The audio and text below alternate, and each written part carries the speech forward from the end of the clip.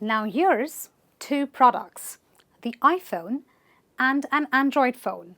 Well, I want to buy an iPhone because it functions very smoothly and its use is quite seamless. But on the other hand, I think Android phones like Samsung have a stronger battery life. Did you see how I used the expression on the other hand? Yes, we use it all the time when talking to people at work or while giving presentations, especially to give opinions at the time of stating two different facts. For example, you may say, online marketing is a great idea, but on the other hand, we should also pay attention to outdoor marketing like billboards. Now, if you notice, we use this expression on the other hand way too much, especially when we are comparing or contrasting ideas. But I'll tell you what, if we use this phrase over and over and over again, you will sound very boring. You will sound very repetitive, right? As if you are not comfortable with the language. So, I'm now going to show you some alternative phrases that you can use instead of on the other hand. So, take a look.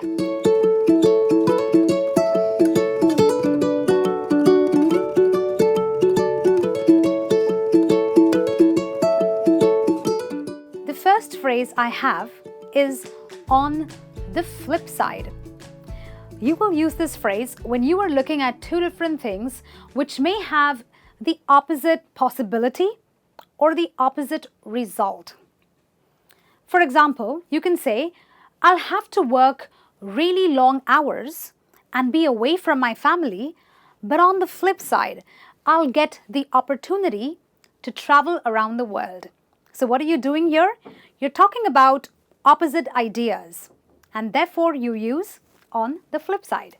Having said that, now this expression is another way of saying despite what has just been said. When people say having said that, it is a signal that they are going to say something which will contrast or disagree with what they said just a moment ago. For example, I can say, their work has been fairly good. But having said that, I still think there's room for improvement. So I kind of contrasted the previous idea. The next expression is then again. When do we use then again? Then again is used to introduce an afterthought or a second thought after having made a statement. So, how would I use it in a statement? I could say, I love to travel. But then again, nothing is as comfortable as being at home with my family. So as you can see, we've used the expression then again after having another thought immediately after having made my first statement. The next expression is on the contrary or quite the contrary. This is used when you want to really emphasize a point by showing why the opposite cannot be true. Confusing? Well, don't be. I'll give you an example. Suppose if I said, I don't ever come late. On the contrary, I make it a point to come at least half an hour before time. What am I saying?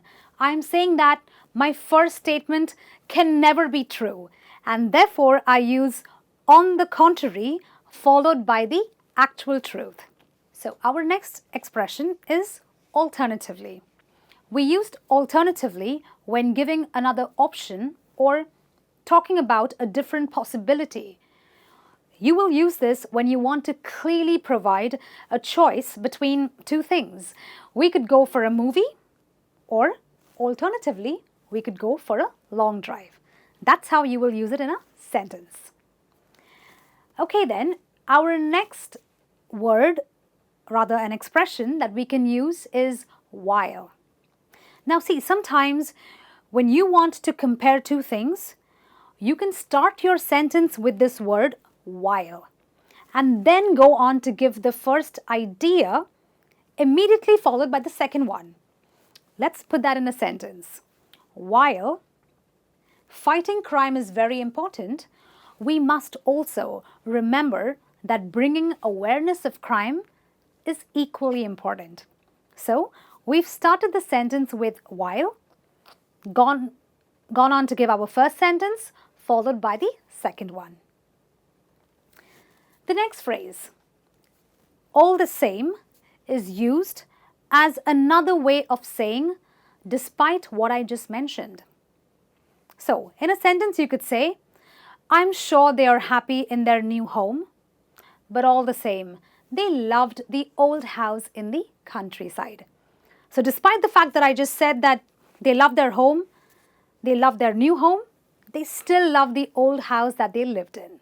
All right, now this word is used to contract or compare with another fact. So you can say, the winters in New York are very cold, whereas in California, we face a relatively mild weather. So whereas is used to compare or contrast two ideas. The last expression I have is nonetheless. Another way of saying despite having said that. Now if you break the word, it is nonetheless. It means that the statement you've just made does not diminish or make less of what is going to come next. For example, I could say, art might be easily available. Nonetheless, it brings value to life. So guys, as you can see, there are several different ways of using on the other hand. So why don't you go out and use it? And in the comments, tell me how it has enriched your communication, whether you've given presentations or had informal conversations at work. I'll be back with some more lessons. Until then, keep learning and keep practicing.